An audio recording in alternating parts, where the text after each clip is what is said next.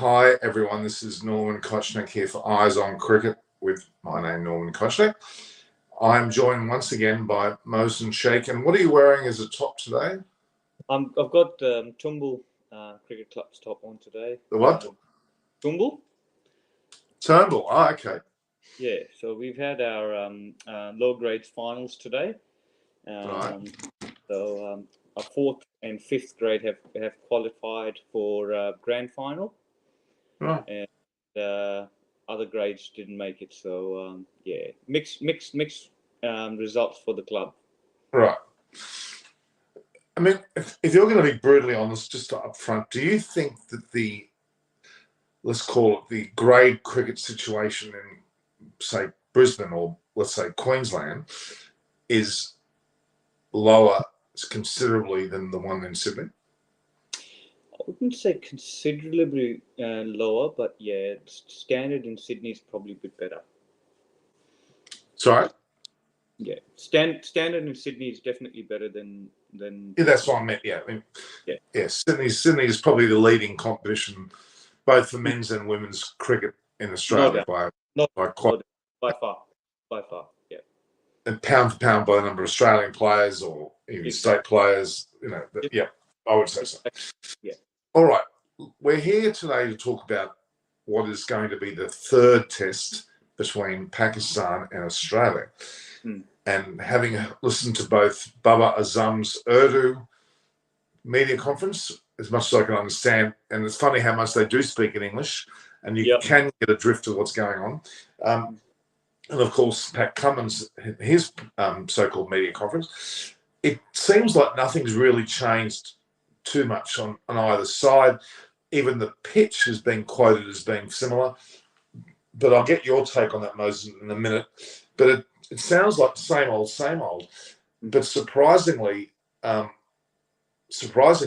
think Australia hasn't touched their test lineup. What's your thoughts?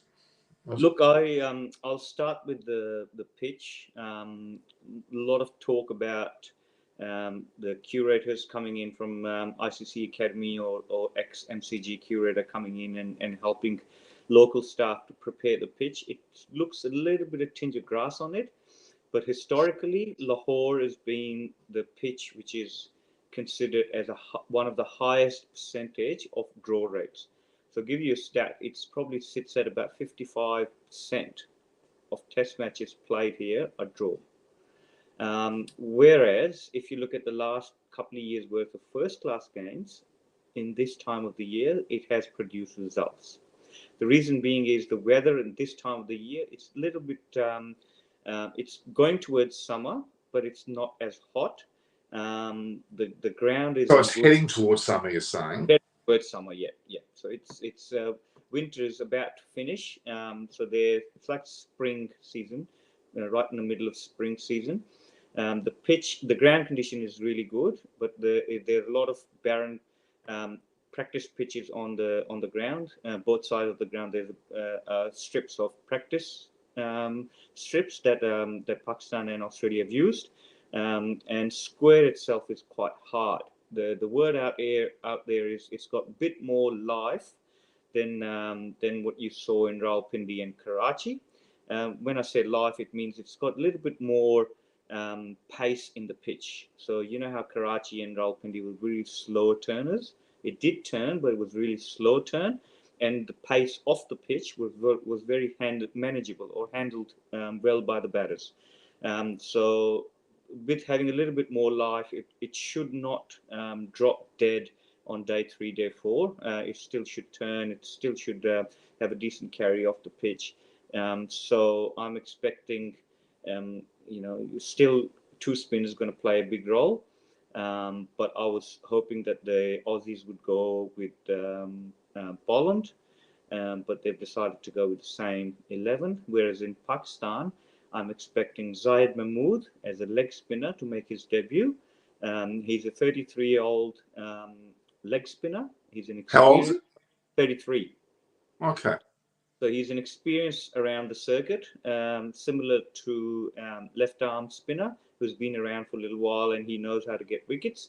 And I think with having a wrist spinner, I think it will play a little bit of role, and that's what I'm hoping that Mahmood plays a little bit of role in Lahore instead of off spinner Sajid. So let's see how that pans out, whether they do go with that change or not. But other than that, I'll still see team winning the toss will try it back 2 days. I don't see any other way. Right. Okay. Welcome, David Graveney. Can you hear me? I can hear you, Norman. Can you hear me?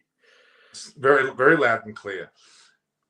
You've got the name A equals as your name. I don't know why that happened. So, do you want me to go out and come back again? Or not? No, don't. That's not important. It's not important. It'll be your new code word, like a MI5 name. You gave the world my email address yesterday, so you're now withdrawing my name. So, so Mohsen and David, you've met each other? Yeah, no, I think so. We haven't. All right. No, Mohsen, David very nice to meet you. At one stage, the Pakistan '19 coach. He's also has a lot to do in terms of both high performance and what's the term for it? The technical side of what you do. Performance coaching. Exactly. For the Mohsen, when were you involved with the under-19s? 2005 and 6. 5 and 6. Yeah, that was before I got involved, actually. So sure. One of my early ones was the under-19s that was played in Dubai and Abu Dhabi, or just in Dubai, actually, I think. So, in which Pakistan got through to the final, and when they lost to South Africa. That's right. Well, they managed to beat England because we kept chucking the ball over the boundary and drop catches, if I remember rightly. So. It was a very good heavily involved with the various, like he was involved with the very first IPL with Rajasthan Royals, was it not? That's right. Yes. So that was Warney's team, wasn't it? Rajasthan Royals. Correct. That is correct. Yes. Yeah. Yes. Shane Warne, Darren Berry, and I think you might have had some interesting support staff with Warney's teams. They had some really interesting characters.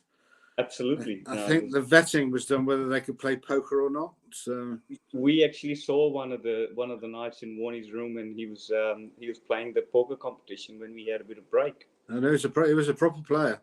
Proper player. Absolutely.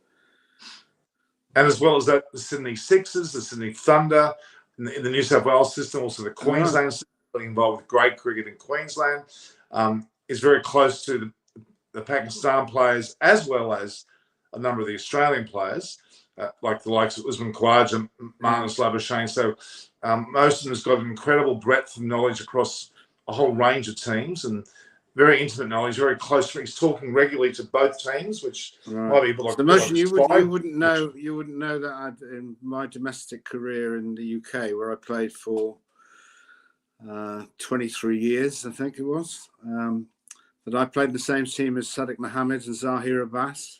Yes, that's right. Yeah, the greats of the subcontinent, Zahir. Yeah. He took me off to Sialkot to play in his benefit match. Fantastic. He's a great man. I've got a lot of respect for Zahir. I've met him in Karachi. He spent some time in London, actually, Zed. So. Right. Okay. Yeah. So we see him a little bit at the ground. Yeah, he was a fantastic player. God. I was glad I was on his team. Let's put it like that. I think I said this to you, Norman, that he has broken the record for double hundreds and another hundreds in the same match, and they were all not out. Nobody ever got him out. So he used to play at a ground called Cheltenham. Well, actually Cheltenham, where the races have been for the last week. And a small ground, lightning fast outfield. He just loved it because he didn't have to run, didn't do anything. Just sit it for 4. And risky, very risky player. Late cuts were his famous. Well, the very best, as you will know, coaching the very best, their ability to find a gap is just extraordinary. So I used to say to him that, well, how do you do it? And he said, well, when a bowler comes in, I have a picture in my head of where all the fielders are. So depending on where the ball is, and we played a game at Canterbury when Derek Underwood would say that Zahir was in the top 2 players that he's ever bowled to in his career. And we played Canterbury. I don't know whether you know or not. It has quite a big slope on the ground. So he was bowling from one end, and he had lots of people at the end of the first day. And by the time after tea on the second day, he was bowling with a line of 7 fielders on the offside, and just 2 on the leg side. No slips or anything like that. And he occasionally sort of dropped it down the leg side, and Zahir just kicked it away. He said, bowl it on the other side. That's much more of a contest for me, trying to get through those 7. So but what I have to say, not in his defence, but as just see him mature as a player. World Series cricket dented him completely. His playing or coping with a short ball changed completely. So I don't know what happened at the World Series, Norman, but there's a few people whose nerve was dented as a result of playing in that tournament. So that's true.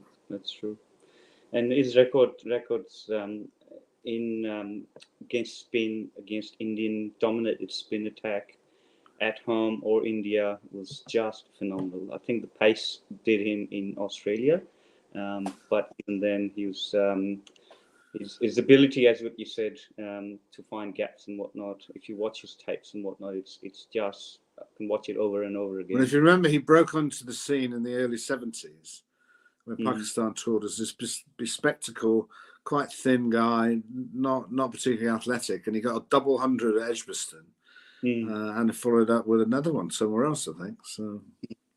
So we signed him. So actually, the relationship between Pakistan and Gloucestershire is actually quite strong, because we've also signed Nazim, assuming that Pakistan don't use him. I hope they do, but.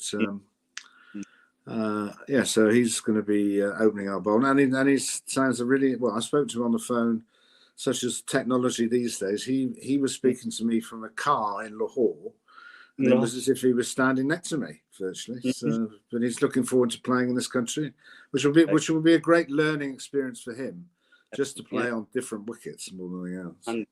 100%, and great talent as well. He's got pace, and he's keen to learn. Yeah. So yeah, he has a slightly interesting view about his batting motions. So. Which isn't quite as good as he thinks it is. No, he classified himself as a not a tail-ender, a lower-end batter. I know, but by the time he talks about his batting, he should be batting 5 or 6. So. Well, there you go.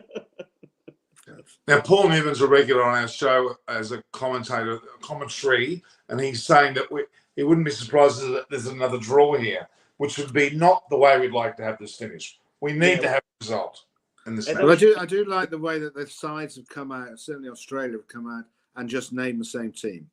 So they're basically making a statement that they were not defeated, they couldn't get past one pretty turgid wicket, but an outstanding innings or 2 outstanding innings that kept them out in the field.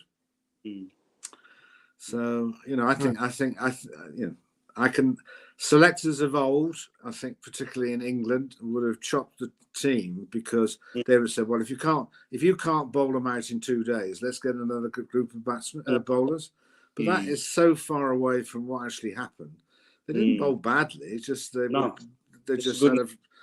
they had some huge barriers to get over, and it didn't really come over that much on TV how hot it was. But having played in Pakistan, it's hot basically. So. And I was saying to Norman last time when we were chatting during the second Test match, and I said to him, 35 degrees in Karachi is hot. The people who've been there, who know out in the field, for those 3 days, it does get really hot because it's a bit of dry heat, even though it's a coastal city, but it's very hot for 35. My memories of playing in Lahore, and it's more in a day-night environment, is swallowing half the insect population as you're running into bowls. Yeah. Now, look, England are going to be touring Pakistan not too far away as well.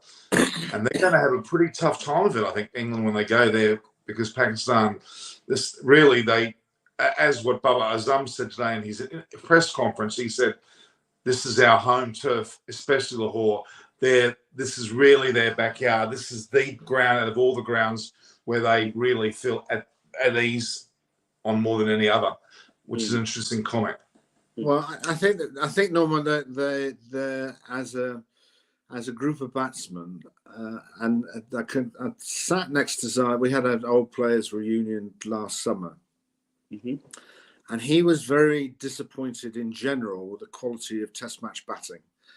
And he did accept that the introduction of T20 and just everybody playing masses of shots, but he did say that actually Pakistan still retain the ability to bat long time, and a bit like Braithwaite.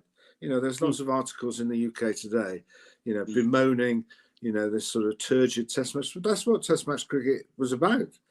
Jeffrey Boycott, he took a whole day to get to T to get to 50.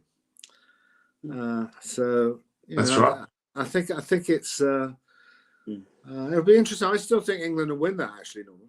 I think depending on how Leach in particular rocks up, having bowled the amount of overs he's bowled, and everybody, all the fast bowlers I've ever talked to or batsmen refer to slow bowl, or Graham Gooch unkindly referred to me as a step and fetch it bowler. In other words, you've got a short run, go and fetch the ball after I've hit it. But actually, the strain on your hands, even if you've got blisters or anything like that, because that's the beauty of Indian bowlers and Pakistan bowlers. They never have any calluses. I don't know, Norman, if you ever had the opportunity to see Tim May when he bowled for Australia. His hand was absolutely wrecked in terms of what the ball did to it. So it depends on how he reacts. But I think from a tactical point of view, they need to get him on very quickly. Not necessarily open the bowling, but they need to get him on within the first 6 overs, because the hardness of the ball will make a difference to him. And he only needs a couple of, a wicket, and that's just the confidence of, I've spoken to you about the pressure that slow bowlers are put under, normally by their own teammates more than anything else. And there only tends to be one of them, as there is in this game. So you've got to try and create the opportunity where he feels comfortable about what he's doing. I think mentally he's really strong, but the way that he can be managed and not go through the normal. Well, the opening bowler's got to bowl a bit, and then we got put another seamer on.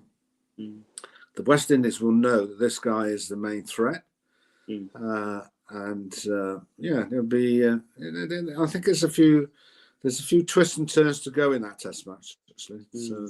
I think so. I think England batting is coming along really well, especially at the back of Root scoring heavily for last year and a bit, and now you got a bit of support from your top order coming in. I think when they came to Australia, I didn't see the top order supporting Root, and he was in too early batting, and that put a lot of pressure into middle order as well. And Stokes didn't have enough game time when he was here for Ashes as well. But I think he's now coming good with the bat as well. So I think batting. But his batting motion is batting in the rightful place. There was an on-debate. He didn't want to bat 3, so it was just, I'm sure the point was made to him, but I'm sure we would have all said, well, what's the difference? You keep being 10 for 2, so you're still walking to the crease. So. And someone said to me when I got into coaching, he said your best batter should bat at number 3 anyway. So. I think Root's batting 3 is probably the best spot for him, and then you got your middle order and lower order getting some runs as well. I still like to see the Quicks still polishing off the 10 wickets earlier. I like Sajid Mahmood. He played for us here at Thunder as well. He's a great. He's good. He was an under-19 player as well. He also supports Liverpool, so that would get him in the team, and just on that best alone. Just that alone. I like to see when they go Pakistan. I like to see Bessie getting a bit of a run as well. He's a good. Is there a leg spinner that you think that's floating around? I like to to see a leg spinner going to Pakistan as well when England tour Pakistan. Well, they have a few actually, Weston. They've got Parkinson is one, Mason Crane is another one. Yep.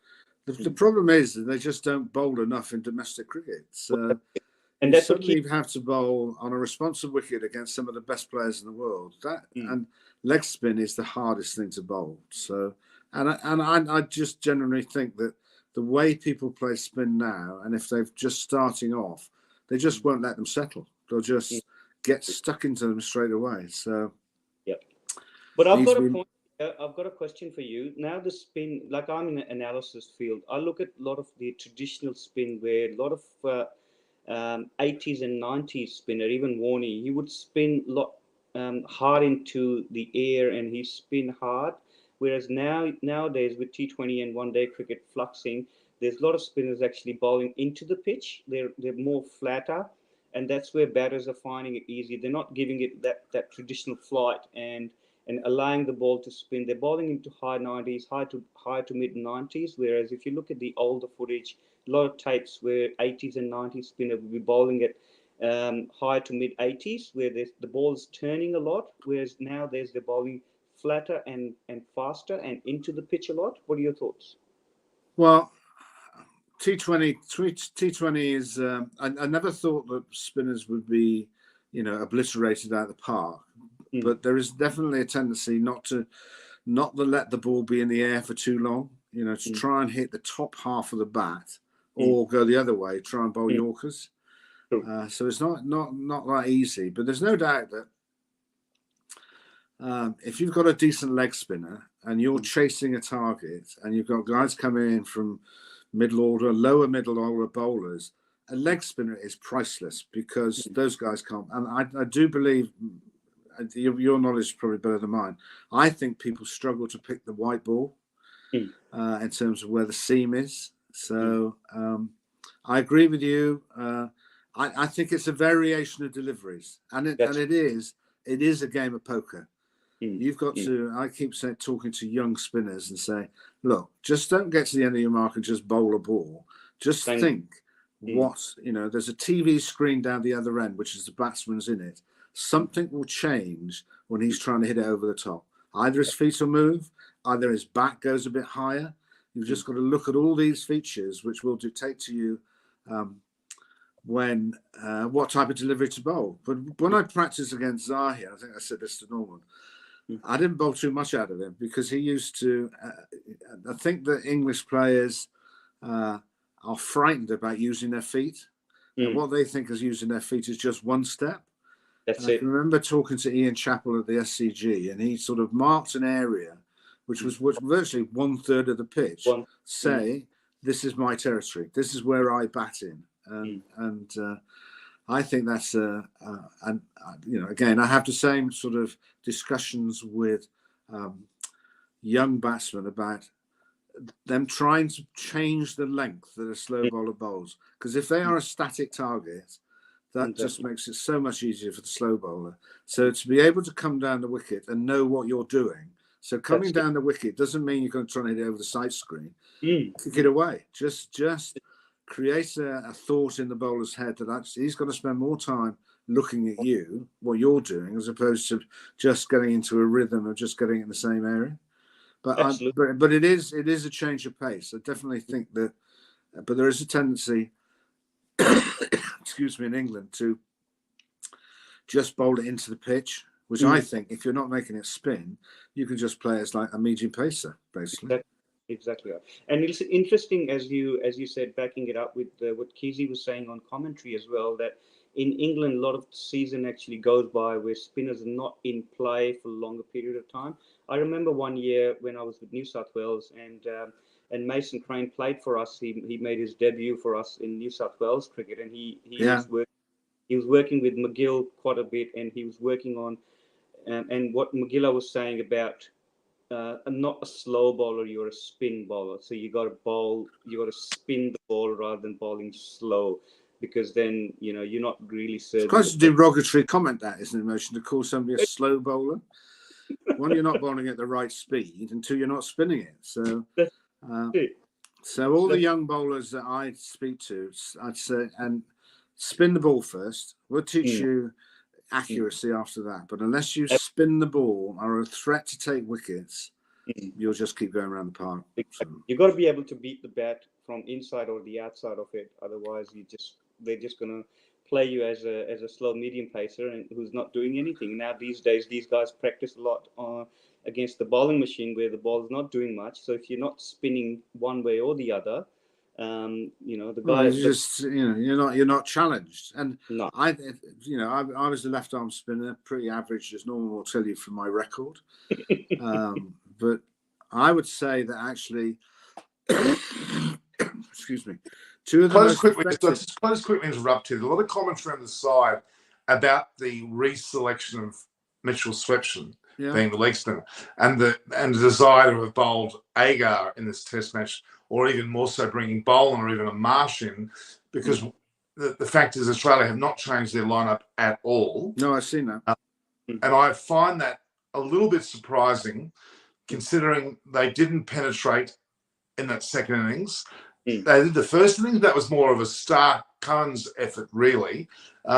So it's a concern that Australia haven't changed their team around. No, I think I go the other way, Norman. I think it's a great vote of confidence for the players and an appreciation that a couple of the umpires' calls could have easily gone the other way, and they would have had a breakthrough much earlier in the day. So, I've always been the opinion figures can be quite misleading. They're only sort of part of the information that you need. And if you look at, there were spells when he was, quite right. If you haven't taken a wicket, then you are going to sort of feel a bit of pressure. And there was no doubt the way that they both the Pakistani players, they didn't block. If they bowled a ball offline, they made sure they hit it, because otherwise, another thing is the close fielders will get closer and closer and closer because they feel they're not going to get hit in any stage. So fair enough.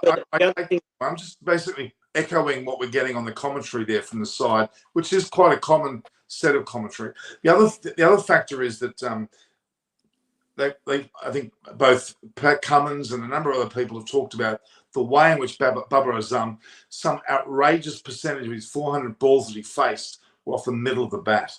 They reckon it was the most outrageous amount of middling of a ball, especially off spinners of a pitch that had broken up. That a batsman hit the middle. The Pakistan batsman, Norman, wouldn't say that's broken up. That's just what they normally play on. So I think it becomes a bit of a challenge these days with the umpiring rules that if you are a left-hander, because there tends to be a lot more rough around left-handers than there are with right-handers. True. So I can remember it was not in my era as well, Norman. It's England selected a guy called Paul Taylor, a Northants left-arm seamer, who basically ran straight down the middle of the wicket, was never warned off. So went to India, but couldn't select him because India had off spinners far greater quality. This is the Mike Gatting drop at short leg when the ball went straight up and he didn't lay a glove on it. And the prawn thing with him being sick and Gooch being sick. And because the right-handers, there just happen to be more right-handed bowlers. So unless you're playing Sri Lanka where everybody's left-handed, doesn't matter whether they bowl, bat, or whatever. But Graham Swan, for instance, was ruthless in terms of bowling around the wicket. True. Rayner couldn't get a run because he didn't know what to do. Did he play it, kick it away, or whatever? If he missed it, he went straight on. Invariably, it was LBW. True. Well, I mean, really, he was Graham Swan and say Underwood were your two best spinners ever, in my opinion. They were some of the best spinners I've ever seen, and I think really Swan was underrated in the end. I think he was a tremendously good bowler, and his record was very high, very good too. But he was even better than that. He was exceptionally intelligent the way he bowled, and I mean, I had a lot of time for him. Just go back to dare I say it, Norman? He was legal. Yeah. That's how I leave it. It was legal. Right. Just add a comment, Norman, to your question that you asked earlier. I think I like to have one change in Pakistan team. They've got two finger spinners. I'd like to, and other commentators are talking about in Pakistan about getting this young, not so young, 33-year-old Mahmood as a leg spinner. He's played a lot of cricket in domestic. He's got over 100 first-class wickets. And again, he's a wrist spinner. And I like the inclusion of him as a change. Apart from that, I wouldn't change anything else. But so what's happened to Yashir? Is he unfit? He's unfit. Not fit. Yeah, he's still not fit. No, I'd agree with you. You need, if the wicket's going to be the same. Yeah. And I think Agar's a really good bowler, Norman. But he you know, if the wicket's not going to spin, it's hard work bowling finger spin against Pakistan batsmen. Agree. So I think a wrist spinner would be, you know, they just might get the ball to do something different, and it's just about engineering a breakthrough, and one tends to lead to two.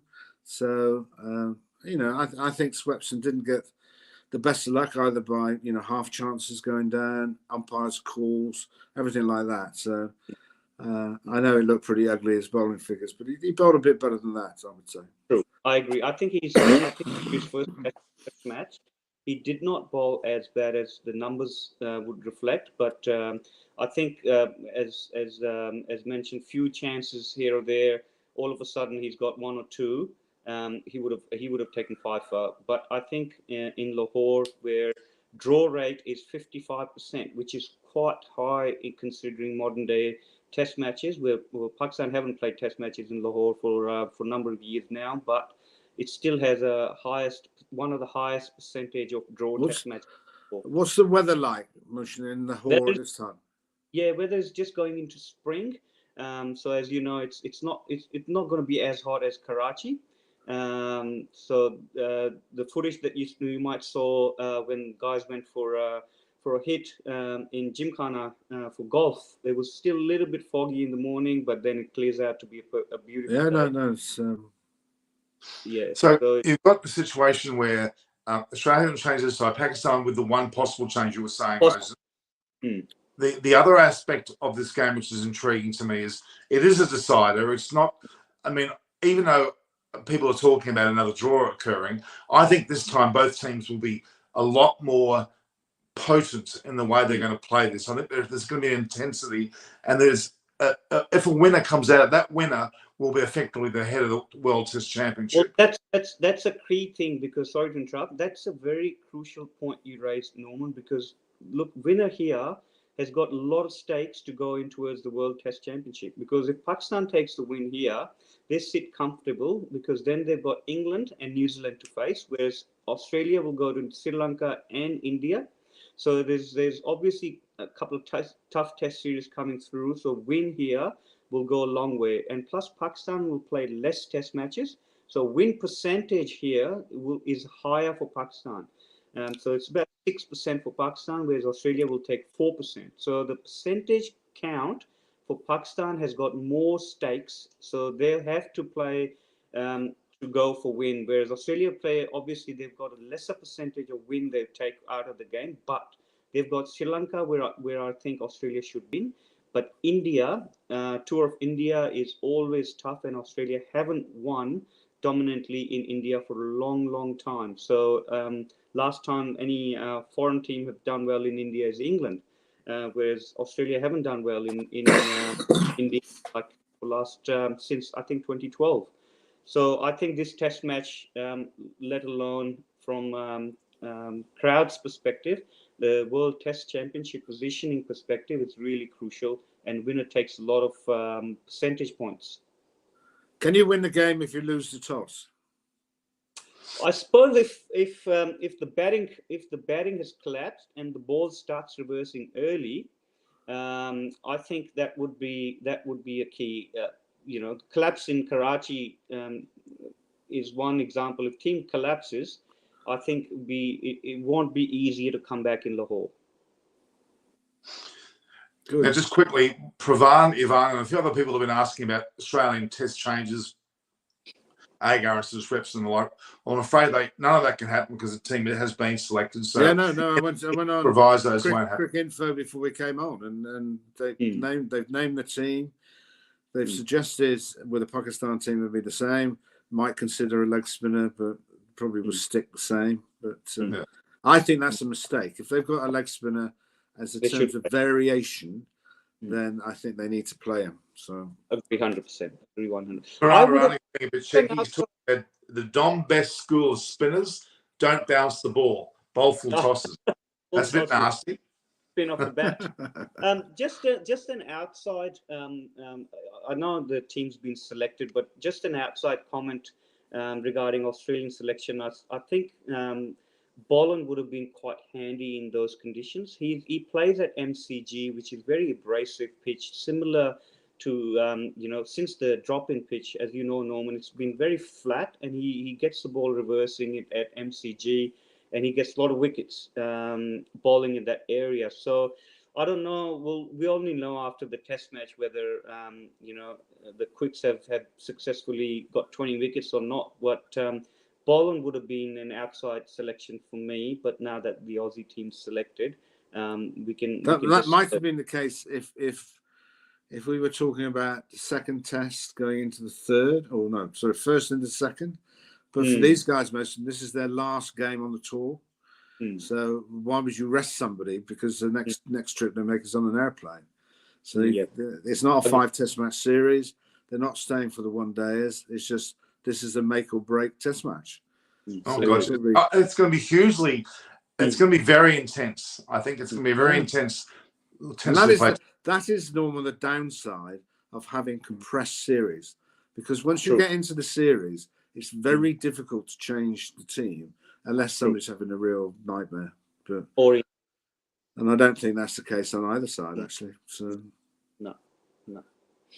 Now, of course, there's going to be an ODI and T20 series to continue at Lahore after this. A number of the players are going to be arriving, but the Australian team appeared very relaxed. They played golf. They went to amazing lengths with their security to go and play a game of golf, which was a good thing. The desire, this inherent confidence Australia seems to have at the moment that they're doing well. They need to look at that very carefully because they're not doing that well. The Australian coaching role, it hasn't been decided yet, which was due to be decided very shortly. I think they may announce it after the third test, actually. Not unlike England, who haven't announced too much either. I would have to say, in defence of both countries, there's been a number of world events that are a little bit more important than that, and tragically, deaths in terms of Australia. So if they take their time, I think they're quite entitled. That's true. I mean, today was a day. It was a private funeral service. Yeah, no, I've seen all the footage. Yeah. And Rod Marsh a couple of days ago, of course. The one thing I haven't seen, and by the way, Norman, thank you very much for sending all that stuff about Rod. It's been very, very emotional for me. I haven't seen, I'm sure he has been, I haven't seen any quotes from Steve Waugh. Yeah, he's been particularly silent, actually.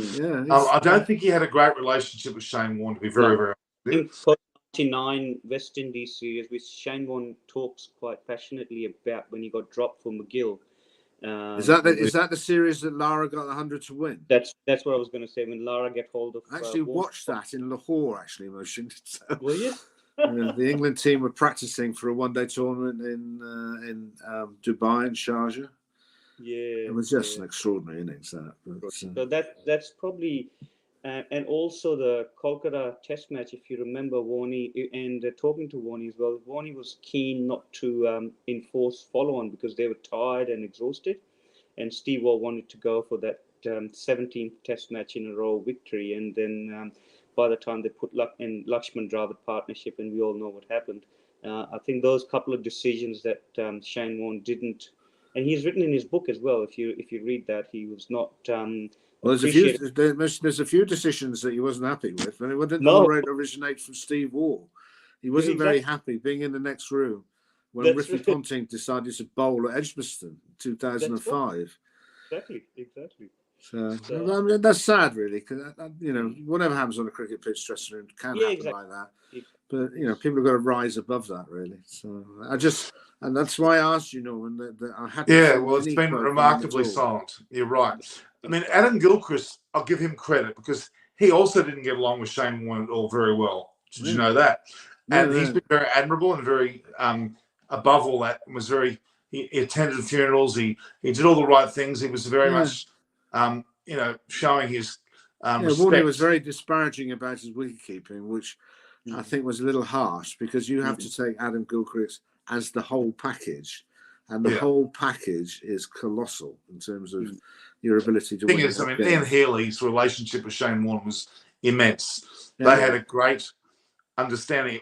I'd argue that the Shane Warne Ian Healy relationship should be lauded over as much as what Lilly and Marsh was. They had a significant relationship, actually. If you look at the dismissals, Ian Healy took some magnificent catches off Shane Warne's bowling. Was able to anticipate his bowling better than any other keeper. It was quite. He read him really well. Really well. Because I think I can remember when going into 2005, Warney was playing some matches for Hampshire at that stage, and he was getting 0 wickets. So they sent for the wise men to come and help him. So the hotel by Lords overlooks the nursery. So after the last practice, Ian Healy was out there, as was Adam Gilchrist, and who's the leg spinner coach that Perry Jenner. He was there as well. And I thought, oh, this is not what we want to see, because we wanted to go in the test match still worrying about his own form. And obviously what happened was by the time they finished, and it was only an hour, and they fiddled about with something that he was doing, and he was back to where he was before.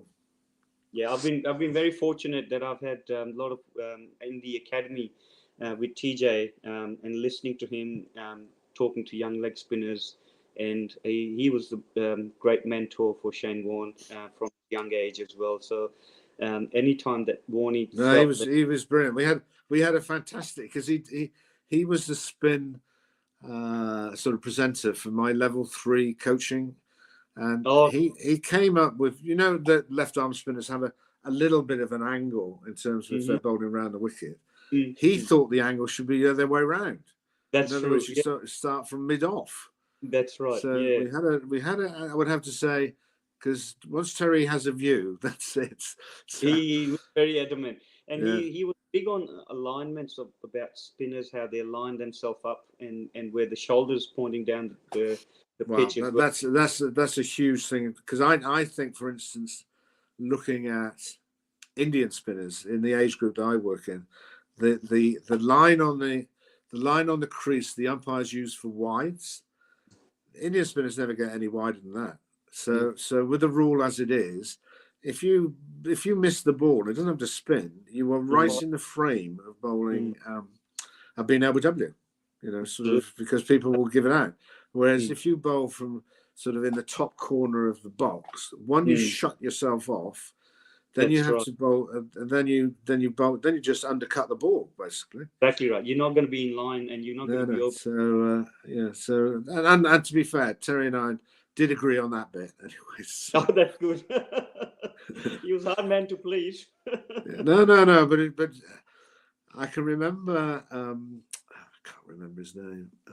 There was an Australian umpire who was in the England system. And he was adamant that somebody like Mike Proctor, or somebody right arm bowler bowling round the wickets, couldn't get an LBW. So he actually got bits of string out to sort of say. Daryl Hare, he came along later, of course. No, it wasn't Daryl Hare. It was a larger than life character, I must admit. But not Baelish, not Robin Baelish. Robin Baelish. No, it wasn't him. I'll find his name actually, Norman, next time I'm on. Right. But he had to prove it by string.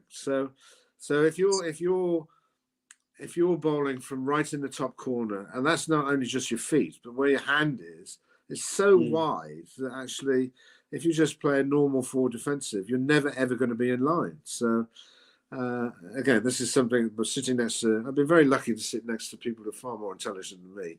But Raul Dravid said that they make sure their spinners bowl at the maximum halfway across the crease, and that's the limit. And as a result, they don't have a curving run; they just have 2 or 3 steps, and they're just in straight lines more than anything else. So, they need to bottle all the Shane Warne instructional videos that he put together, both on live television and what have you. They are gems. They are masterclasses. Every time he spoke, the way he described holding the ball not so tightly is a significant breakthrough in spin bowling, because, as you probably know, that most spinners tend to, especially leg spinners, tend to hold the ball very tight by grip. Does it have to be a leg spinner, Norman? I was trying to bowl Somerset out, well, me and a few others, and we've managed to bounce Viv out in the first innings. And if you bounce Viv out and you get him out, he's not a very happy man. So he came out on the last day, and they just had to bat the day. So I bowled the 7th ball of the day, and as I was approaching the crease, he was coming towards me, and he hit it over the sight screen into a car park. And I can assure you, the next ball I bowled, I was gripping onto the ball quite tightly at that stage. Great story. He got 250, not out. Wow, Jesus. So just quickly, on the private service, of course, that was quite a somber affair today. But how many cricket players could fill the MCG and the majority of the SCG on the day of their state funeral? I mean, Bradman maybe, but I don't know of any other. Maybe Tendulkar certainly would be one. If he passed, there'd be a kerfuffle like that. But Shane Warne must be one of the rare players who could do that, don't you think? Well, I think one of the reasons, Norman, is that he was a delightful person. So a lot of the people that you talk about. Well, I've seen a video of Ian Chappell talking about Don Bradman, and that is not very complimentary, to say the least. No. Wally Hammond played for Gloucester in England, and he holds lots of records. Same thing. People didn't like him at all, actually, because he didn't sign any autographs or whatever. Just but the Bradman Chappell thing, for everyone. Back to Victor Richardson, it goes before the grandsons of Ian Chappell and Greg Chappell got involved. It really was something that was inherent from a very long family feud, effectively. It was one of his videos. Chappell talks about his times when the players wanted a pay rise, and Bradman was selector as well, and he had a big role in the selection, and obviously players wanted to get a pay rise, and then obviously we all know the Packer time came in. So so I think it continued to brood over time as what we read and what we hear, but I think. But he didn't start the interview motion by saying he's the greatest player who's ever played. There's no doubt. But when Richie Beno passed, and I would argue he's one of our most iconic players to pass, certainly was a lot of sorrow and sadness. But Shane Warne is another planet. Really, this is just cataclysmic. He is. And I do think, and this is not to be disrespectful in any way, that I've sort of been involved with the burying of my father and my father-in-law. Both of them were 90 years old. Right. And even if you're at that age, actually some of the friends that you have already left the stage before you. True. I think that his popularity just goes across different generations, from and different spheres. And I think the thing that I think is really crucial, which attracts him to lots and lots of people. One, he was a good-looking bloke for a start, and two, he was a human being. He made mistakes. And I think if you're portrayed as that, then I think you actually you link up with everybody. The one more thing I probably dare to add is he was larger than cricket life. I think if you look at his popularity when he first got his Nike contract, he was rubbing shoulders with Michael Jordan, and he was equally famous in America. All sports, yeah. All sports. So he was not just famous for cricket. Like when he started post-retirement that few years ago, that the all retired players played a exhibition in America on retired Yankee grounds. The expats in America, American media gave him a lot of airtime, and he was like Hollywood. So my dad my mum died, and then my dad remarried and lived more in America than he lived in this country.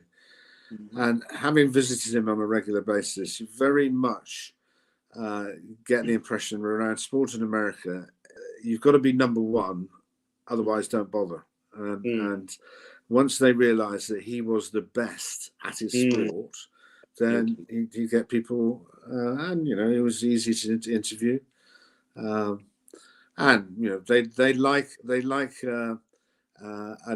people being in the gossip column, so we wouldn't have any problem getting into that. So there's a comment there from Robert in 1989. He was just saying, was Benno offered a state funeral? I don't believe he was. Not state funeral, no. I don't think so. Not that that's anything disparaging about Richie Benno, but it just shows that it's not offered to everybody. And when you say, Norman, because my wife asked me this, having been to Australia, there's a different sort of relationship between state, all right, in terms of a state government, which doesn't exist in the UK, and the government itself. So, for instance, when Winston Churchill, as a member of the public, had a state funeral, that was the whole country basically saying that. So this is actually is this from the Victorian government or the Australian government? The Victorian state government. It's not the federal government. Hooksy got a state funeral as well. I remember when he passed away. Sorry. So Hooksy got when he passed away. He was coaching South Australia at the time when he had that accident. He passed away. True. They did say about Rod that's sorry to interrupt, Motion, that actually Western Australia are going to do something. Absolutely. Well, he ended up having he lived a lot of his end life because of the South Australian, the actual cricket academy that was there. He spent a lot of time in South Australia actually, which that's where no. That's the first time I said to you when I was on the program, I mentioned that I was the manager of an A tour in '97 that toured Australia, and they did really well. Lehman was playing for South Australia, and we won most of our games. There was a bit of an incident between Saker and Craig White, where Craig White was trying to hit him with a bat, but at that point, what was the point I was going to make? That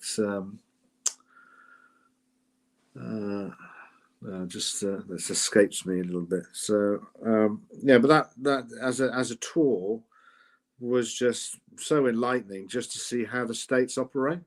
For instance, Victoria, we played on not St Kilda, but we played at a ground where they played Australian rules. Junction Oval. Junction Oval. Yeah. That's Richmond, I think, isn't it? I think it's Richmond.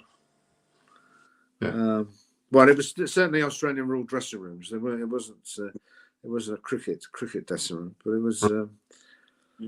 But Lehman played for South Australia, so they had some good teams.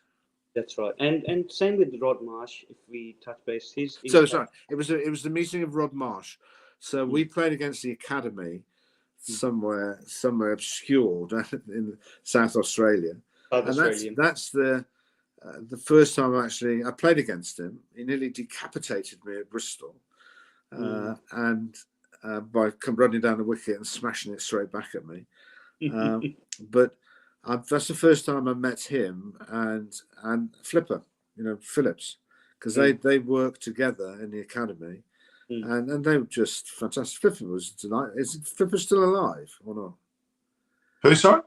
Is it Wayne Phillips? Yeah, he's still alive. Yeah, he's definitely still alive. Yeah. He's alive.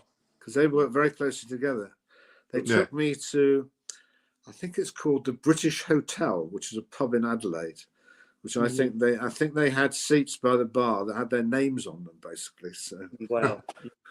Yeah, and that's what the commentators were talking about, Marsh's impact in terms of academies. Wherever the academies, high performance academies are, he has a lot of say. I know there's he worked to he went to England to set up the English academy. Well, I was saying to Norman yesterday, that actually it stemmed from my conversation, having seen Rod in operation with the academy, knowing that they were looking for You know, looking after young talent is not an easy thing, as you well know yourself. So he had to look after Peterson. So I'm blaming him for Peterson ending up the way he was.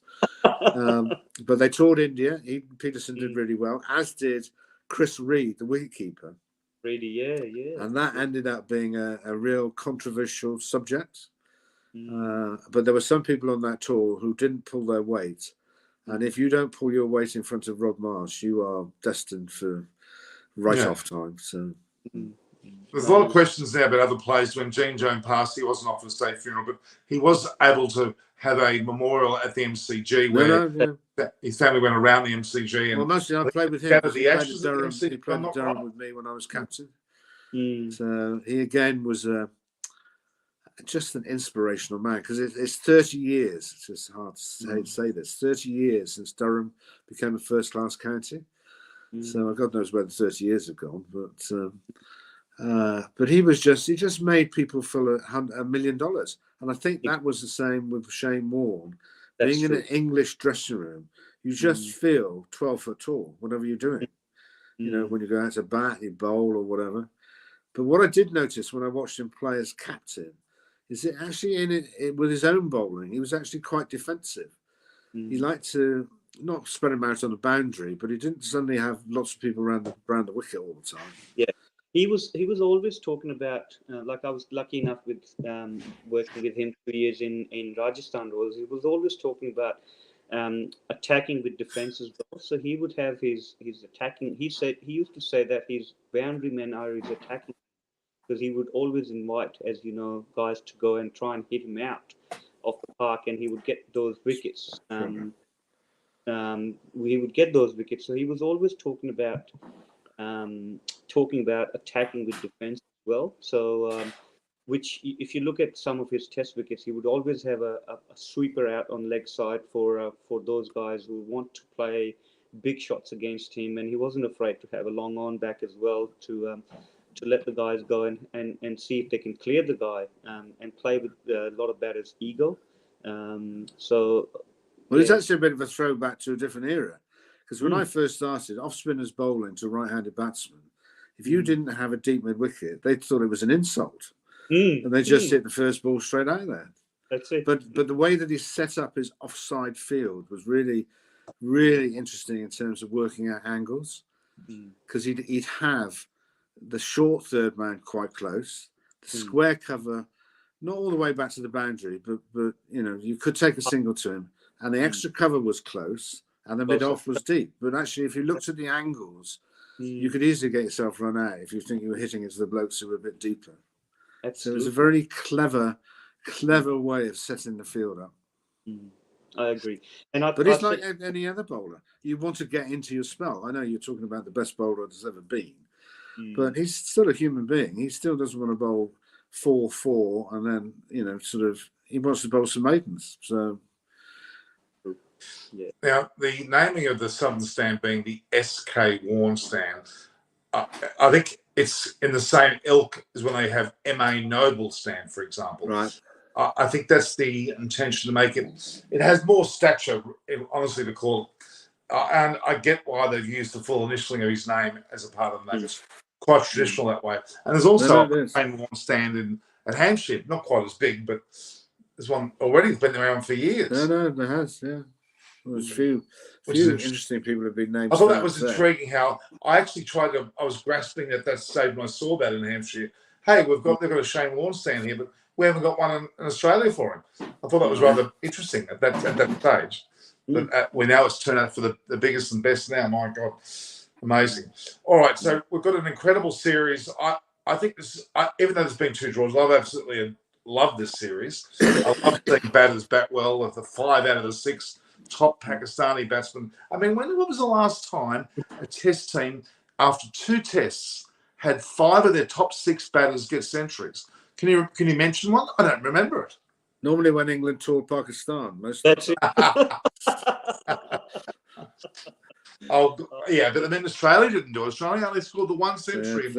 Pakistan like to have a bit of batting practice. Well, again, not wishing to be disparaging to the umpires, But when we learned that Javed Miandad had never been given our LBW in Pakistan, we thought we might have a bit of a problem here. So, given that he just stood in front of the stumps, basically. So.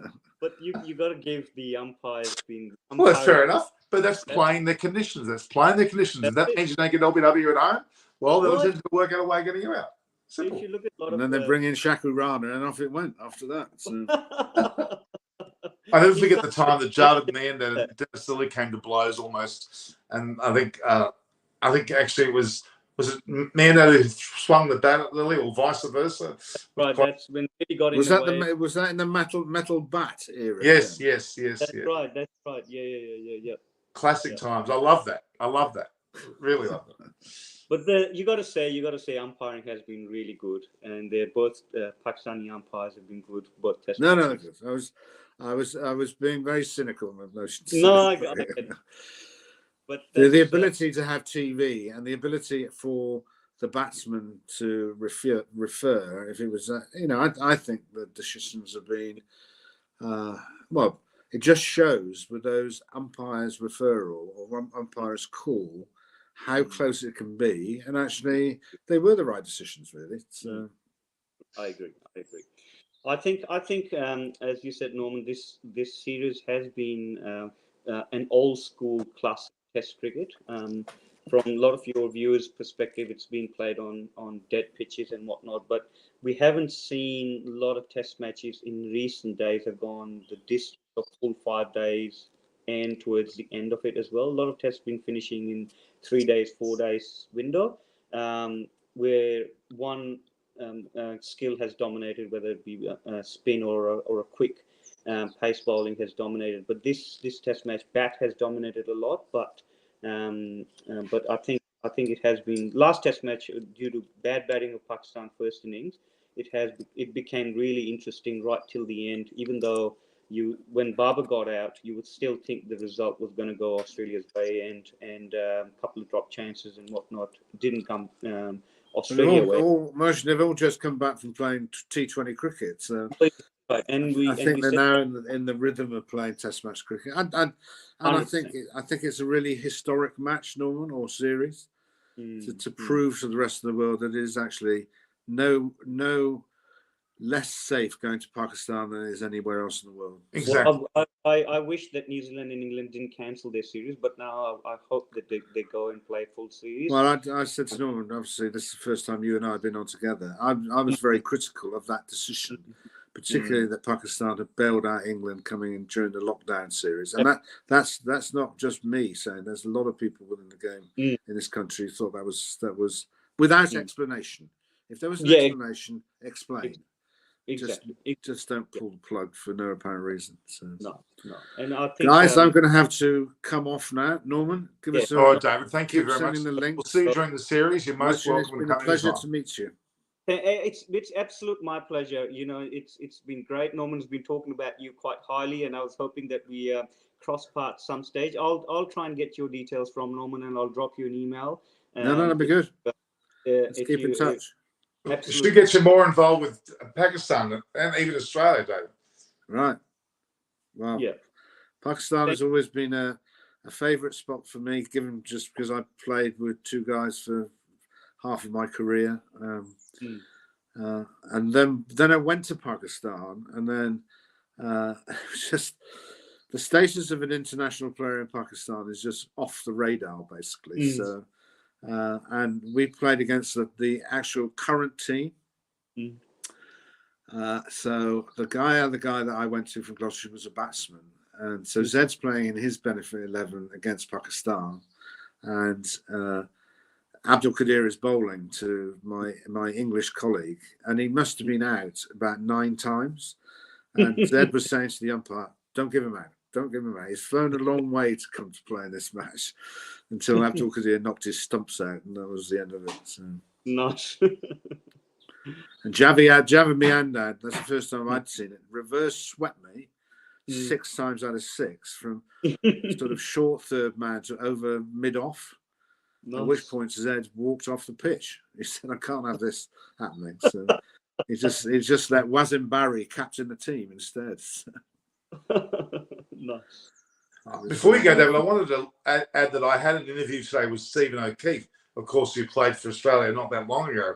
And he's playing for Randwick. He was playing for Manly against Randwick Petersham this morning. And Mike Whitney was there, and Bill Anderson, and a few other people, Jason Sanger. They were quite a mix of players. And it was, I actually complimented Stephen. I said, they probably need someone like you in Pakistan, because his left wrist spin, as it was called, would have been very handy. No, it's good. So do you see Mike Whitney at a lot, Norman, or not? What's that? Do you see Mike Whitney a lot? Yes. Yes. Well, give him my best, because we played together at Gloucester. He used to he played in the Lancashire League, and came down and played a few games for us. And that actually got him in the test team. Well, he's just finished a 25-plus year career in television only recently, and his beard's he looks more like Moses or part of the Red Sea or something. He's got this massive beard. You wouldn't recognise him. He's quite black curly hair when I saw him. Yeah, he's still got quite incredible. He's got so much grey in it, and it's massive. It's about this big. And he's stopped his television. He's basically gone to pasture. But he's a character, as you know. He's great. No, but just give him my best when you see him. I will. Yeah. Right, guys. Hopefully we'll meet again soon. And thank you take care. All right, pleasure. All right, David. Thank you. See you later. Thanks. And I'll call it a day as well, mate. It's been an excellent discussion, and I loved it today, mate. As I mean, he is top shelf, David Graven is. Absolutely. Don't forget, he basically selected the Michael Vaughns, the Flintoffs. That's right. He's got this incredible position of coverage, and he's still in that role now. He's effectively, in my opinion, the chairman selectors of going forward, without being given the official title. He's just phenomenal, actually. He's an amazing man. Did you realise that when he was very close to Princess Diana, and during her funeral, if you see the video of Elton John singing Candle in the Wind, or the version they put together, he's sitting right next to the piano. Nice, actually. Yeah, nice. Yes. Amazing. I'll exchange his details offline, and I'll drop him a line. It's been excellent. Please do. He's a very incredible man. No worries, mate. All right, bud. Thank you very much again to your audience and yourself. All right, mate. And we'll look forward to having a chat day one. Oh, we're going to have lots to talk about the next few days, I'll tell you. Absolutely. Thanks, mate. Thank you very much. All right. Thanks again, Moses. Thank you. Bye. Ciao. Well, there you go. We've just had an amazing conversation with Moses Sheikh and obviously David Graveney about the state of play and the romance of playing in Pakistan. The reality is this test match is going to be huge. Now, it's huge for both Australia and Pakistan, but it's huge for the world. There'll be future test series there. And my dream is that I'll be able to see India and Pakistan play there again, as I did the last time. That was in Chinnaswamy Stadium in Bangalore, which was an amazing event with Shoaib Akhtar from one end coming off the fence, the crowd going crazy. He was stirring the crowd. It was a magnificent situation. It is one of those things about cricket that we've got to love. It's got to endure, and it certainly will. There's a lot of history to be made, hopefully, in this test. I don't know whether Australia's got their selections right. Pakistan are blooding a 33-year-old debutant, potentially as a leg spinner. Yashi Shah, who I thought was the best spinner in the world, seems to have gone AWOL at the moment, so there's a bit of interest there. Nikhil Saini. So what happened to the third match also that gets a draw? If it's a draw in the third match, it's not actually good for either Australia or Pakistan, to be honest with you. It could actually play in the hands of India in terms of the W Test Championship, to be really honest with you. But it's probably one of those teams are going to want to win. I think they're going to play from the very early stages with an edge to winning, which makes it all the more exciting to watch. So stay tuned, guys. We're going to have a pretty good test coming tomorrow. I've got an IPL series. I've actually interviewed 8 people today about the IPL and their thoughts. And I went to a game between Randwick Petersham and Manly, which had a blockbuster of Randwick Petersham. One Randwick has David Warner, Usman Khawaja, Cuttage, Daniel Sams, who plays some Indians, doesn't he? I think Mumbai Indians. Or is it? Yeah, it is Mumbai Indians. Manly had Stephen O'Keefe, who was a great left-arm spin bowler only up until recently with Australia. They had 2 young brothers who are coming through as well. Jason Sanger from Randwick Petersham. There's quite a few great players in this match. This was just a first-grade match. great to be there. Yeah, Stephen O'Keefe. Probably he really. Tosh will be crucial. Yes, it will be. Paul Newman, as we know, it helped Australia greatly in the second test. Mind you, they didn't win. It helped Pakistan greatly in the first test as well. So yeah, the toss will be very significant. The team that bats and bats first and bats long will be in the box seat for the rest of the test match. Although Pakistan came back with 7 for 40, 443, I think it was. Like 62 runs off winning that match. You could argue.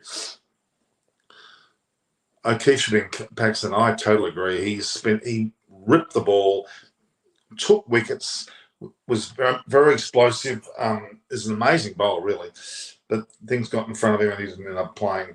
He only played 9 tests for Australia, which is a travesty for sure. Definitely a travesty. We could have had more from him, I think, in the future. So if you look at, I've got a press conference from Pat Cummins. Has he retired? Well, he's not retired, Robert. He's playing first grade cricket for Manly today in a quarter final. He's played some state matches as well. He plays for the Sixers in BBL, and he's 37, so he hasn't quite got over the hill just yet. He still could easily be playing for Australia if they thought they wanted to select him. He's there to be selected. He's had a few issues in his personal life, though, which went against him, but shouldn't have been enough to see him not play. So Pat Cummins is there talking about the third test of Lahore, talking about there's no changes in saying. But as albeit in Urdu was talking as well, but he did let quite a few discussions around this is a home ground advantage. It's huge at Lahore. Very much a mental game with what he was discussing. It seems like he's pretty certain that they're in with a great chance, and he's right. They should be winning this test match, really. And heaven help people to go to Pakistan in the future. They'll be having some difficult matches, I'll tell you. This Pakistan side have got loaded with talent, and as they get more and more players, and if Yashir Shah gets his act together, which I hope he does, he's another player that was just monumentally in the right form. A player that I would have selected in this test series if I had the opportunity, but it's not for me to decide, is it? So we'll leave it here at 3, 6, 3, 6. Yeah. So we're moving on. Any other questions, guys? Because that was quite a conversation. David Graveney, amazing man. Chairman of selectors for well over 10 years, influential for more like 20. His uncle played for England for 100 plus tests. His father was a great cricketer. He was a great cricketer. Very influential man. And Mohsen Sheikh, who's been everywhere with all sorts of state and national teams, both in Pakistan. He's very close to the Queensland group, which includes Labuschagne and Usman Khawaja. Very close to the New South Wales group, which has a whole plethora of guys there as well. Close to the Pakistani players, close to Harris Ralph. Getting word that they're putting on a leg spinner. This looks like to be selected. So that'll be interesting to see what transpires in the near future. So quite impressive connection with those guys do have. Does War have a Twitter page? Robert M., I don't think so. He certainly has got a social media presence. Facebook, certainly. A YouTube channel as well, yes, mainly because of his interest with his recent book on photography to India. Now he's putting a book together on Australia. A photographer, which has been, the first one was magnificent. I got a copy. I've interviewed him on that. He may well have a Twitter account, but maybe not very active, but he certainly has got other social media platforms, Facebook, certainly, I believe Instagram, and certainly, his YouTube channel is also going on quite nicely. And he's been on my YouTube channel as well, as you would probably know if you had a look through my pages. So yeah, he's been around for quite a bit. Don't worry, he's got a very good presence indeed, and is well respected in all sorts of aspects. Yeah, he's been busily running around the country to schools and different locations, getting some cricket stories for his book and photographs for his book. Yeah, quite an amazing person. I had a lot of time for him, actually. There's a lot to be offered on his behalf. He's proven to be a great captain. He's basically the most successful captain in the world, actually. He and Ricky Ponting got the best percentage averages, and a few other movies. Graham Smith is up there, but and obviously Virat Kohli's record's stupendous as well. So your top 2 teams for World Test Championship final, Nicola. At the moment, it's between Australia, Pakistan, and India. South Africa are a dark horse, but I think that's where they'll stay. They'll probably stay just out of the race. But the next match between Australia and Pakistan is an important result. The Test series Australia versus India is important. They're going to be the ones to decide that it could well be India-Pakistan, if I'm being real honest. The way that the matches fall, I think you'll probably find India and Pakistan may well be the result that may end up happening, which is great for cricket. The location will be interesting where they'll play that. It'll be a tremendous series, to say the least, for sure. Absolutely brilliant. I think it'll be. It'll be well worth the wait to watch that happen. But don't forget, guys, if you're on this thing, please view, like, and share the post. Subscribe away. We've got a lot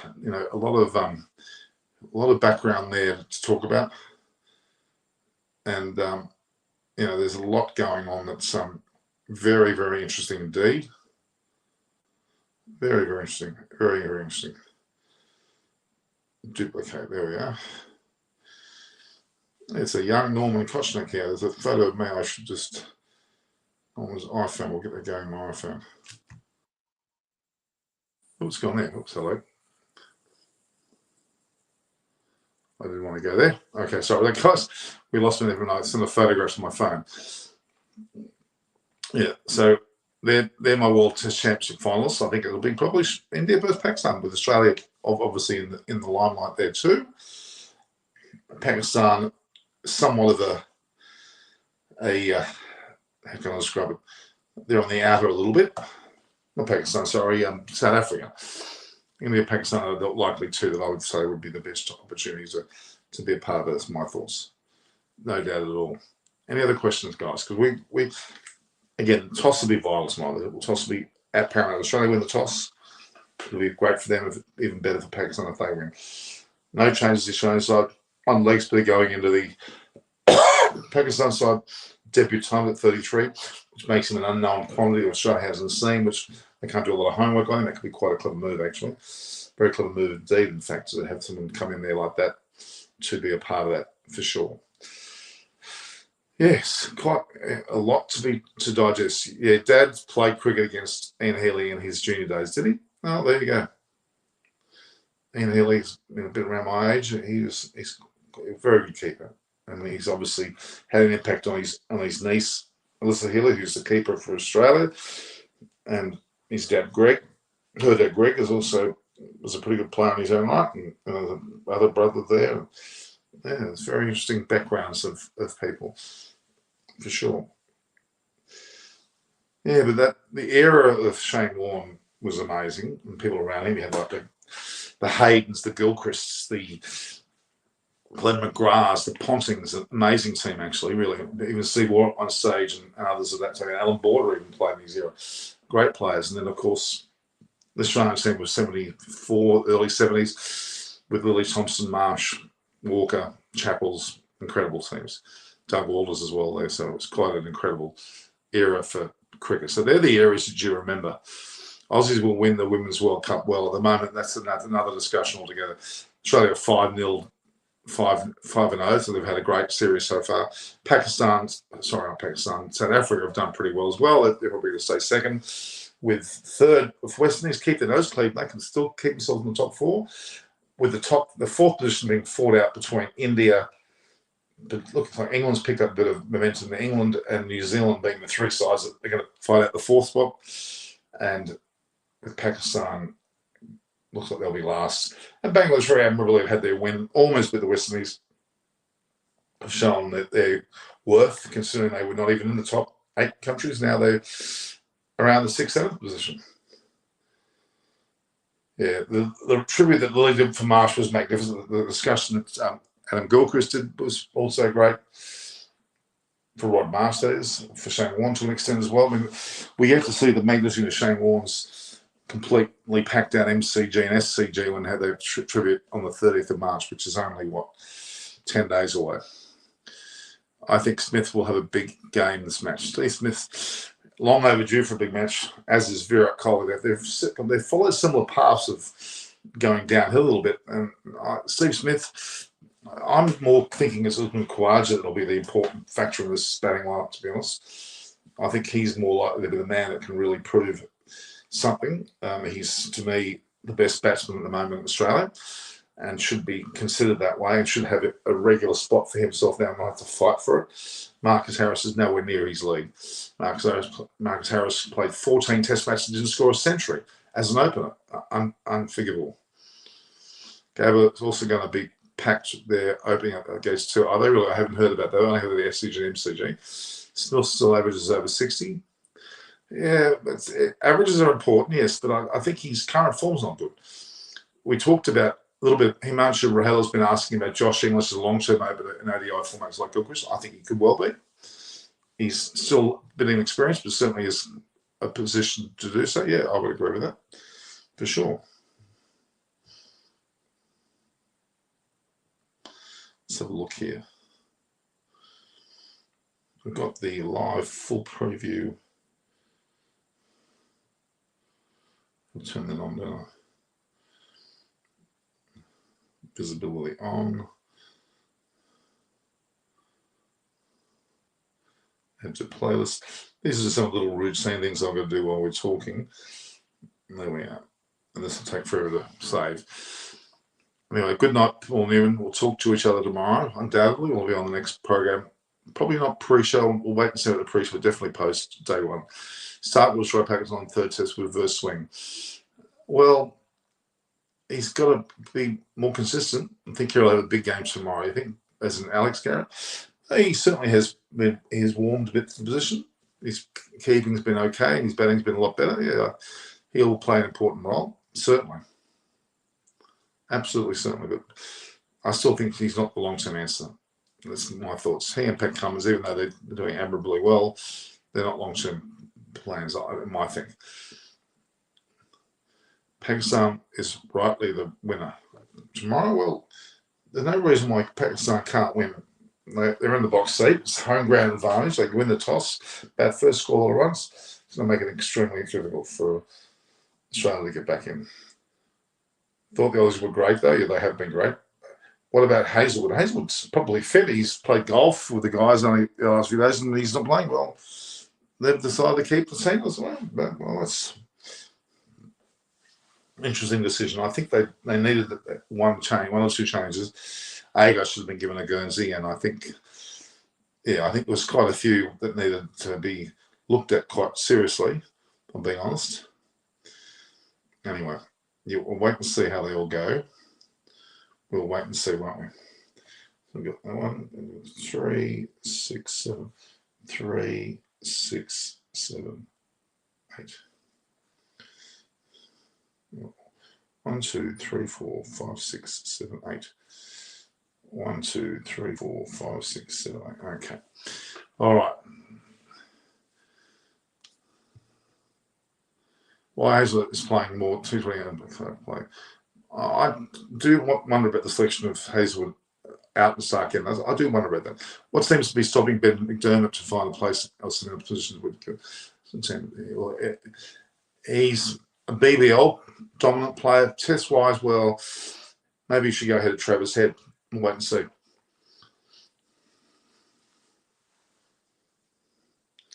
I agree with why wasn't Jimmy Pearson given a shot? Well, no, he's not good enough, I don't think. So just sorry, he's and welcome again, Aussies. Thank you, son. That's a nice gesture to be thanking us so much for coming. We're happy to be in the country, I'm sure. There's certainly been a lot of good. There's been a lot of good that's come out of all this, and we can thank quite, fully the way in which Pakistan's been so welcoming. They've taken care of us. The security for all the players has been absolutely magnificent. Nothing but high praise. No doubt about that. There's been a lot of praise for the way that it's been taken. 6, 7, 8. 3, 6, 7, 8. Yes. When Aussie white ball team coming to Pakistan, we're in Melbourne at the moment these couple of days, so they might be coming towards the end of the week. They're going to take off from, I believe, Melbourne to Pakistan. That's not very far away. Not very far away at all. Any other questions, guys? So, yeah, I had a day today where I had 8 interviews. It was mainly about the IPL, the Indian Premier League, and and the 10 teams that are involved there and who's going to win and who's the favourite team of different people. But I interviewed Stephen O'Keefe, who was playing for Manly at Coogee Oval, and he's obviously 37, but still playing Test cricket. It was great to talk to him about IPL, about the Australia-Pakistan series. He thinks we've got good stocks of spinners and there'll be no problems. I think he's being very diplomatic about his own ability. Agar for Green, no, that won't happen. I think Agar should come in for Travis Head. That's not going to happen. The Test, Awaz Sharif, it's actually, the Test team is unchanged for the third Test. It's been announced. Pat Cummins announced that the team is unchanged. So any thoughts of Agar coming in for Green, any of that's not going to happen. The team is as per schedule, as per plan, as per the previous Test. There you go. So that's what the latest is on that one. So we've got, I reckon, another few minutes, guys, and I'll stop this discussion. So it's been great. We had David Graveney, the former chairman of selectors for England cricket. ECB, he's been around for years. He knows everybody from all walks of life.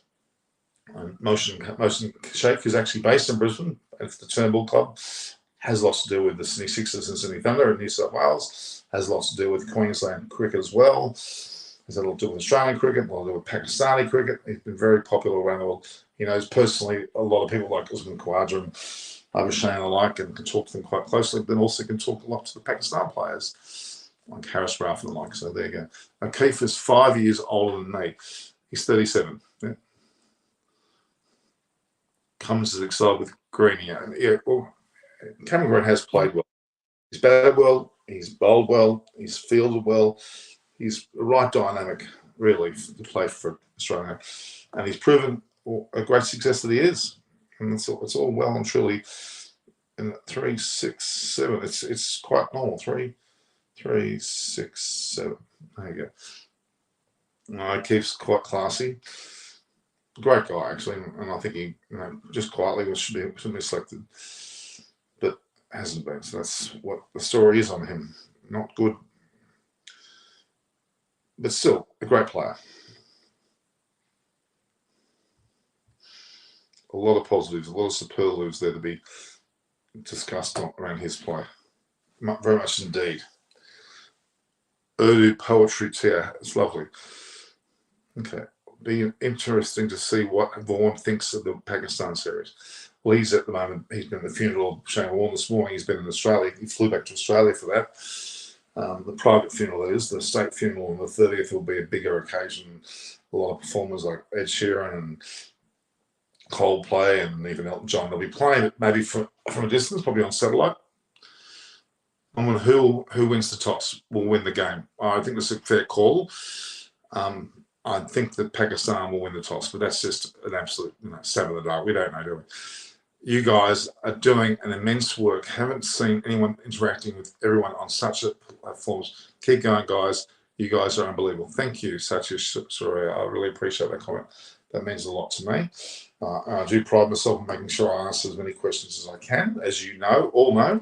You all know that. So, keep sharing these platforms. Keep viewing, liking, and sharing, and hit the subscribe button, for God's sake. Notification button. Send it out to all your friends. Get up to them and say, hey, look at this great YouTube channel. Here's where you press subscribe. It's one way of doing it. One way you can't fail by doing it that way. That's what my thoughts are. Yes, so there we are. It's been an immense program. We had quite a deal of success. This tournament's been successful as well. 3, 6, 3, 6. Okay. I agree with Satish. Also, thanks to the guests too, Robert. Thank you. Well, they're great friends like David. Graven's been me. Ocean's a good friend of mine. Asked him to come on. Starks Yorker is always best to watch. It is commercial well. It's quite a scary credit to hold Stark to face, that's for sure. But he's been a bit inaccurate. That's been his one big issue. He needs to improve on that. And that's where he needs to show his wares. But he's certainly, nothing wrong with his talents at all. He's a very talented player. Indeed. Almost 50,000 of that. Okay. Which Australian player can make an impact in the IPL? Well, you'd have to go back to Cummins, certainly. Warner, if he gets his act together and forgets all the rubbish, could well be a bit of a threat for Delhi Capitals as well. So, but then Meredith buying from he hasn't impressed me yet in any format, to be honest. Who else is up there? Well, they're not. I think Aaron Finch has got to go, and I think he can always impact as well. Adam Zampa, I'm not sure the Zampa's got a team this year. Don't recall him actually being a part of a team as well. Which will be very disappointing. Indeed. All right, guys, it's 1.5 hours of play, so to speak, and I'm pretty tired, so we might consider calling quits at 3, 4, 5, 6, 2, 3, 4, 5, 6. Okay. Is Tim David can get a place in the Australian T20 World Cup squad? Doesn't look like he's well, certainly in favour of the IPL, but Australian teams probably not. Hi Norman, did you think India versus Australia match is possible? I do, yes. Australia win the test match in India win their team. Yeah, it is possible. It is very possible. I mean, it'll be either Australia or India, Australia, Pakistan, or for that matter, India, Pakistan. There's a few permutations. Those three teams will probably figure with South Africa the dark horse, but I think a dark horse that won't get there. No, I don't think he'll get there. All right, guys. How about we call it a night? It's just 1 past midnight. Don't you think Ben McDermott could have been picked instead of Finch? No. Aaron Finch is the captain of the World Cup winning side last year. He deserves to be picked. For sure. Why would you pick? It doesn't mean you have to pick Ben McDermott over please. All right, guys. Let's call it quits there. So view, like, and share the post. Subscribe. Hit the Eyes on Cricket with Norman Kochnick subscribe button. Notifications, at Norman Koch, which is my Twitter and Instagram handle. Norman Kochnick is my Facebook and my LinkedIn. All right. Last question from Himanshu Rahela. India is poor team in ICC tournament. That's why Australia is best team in the world.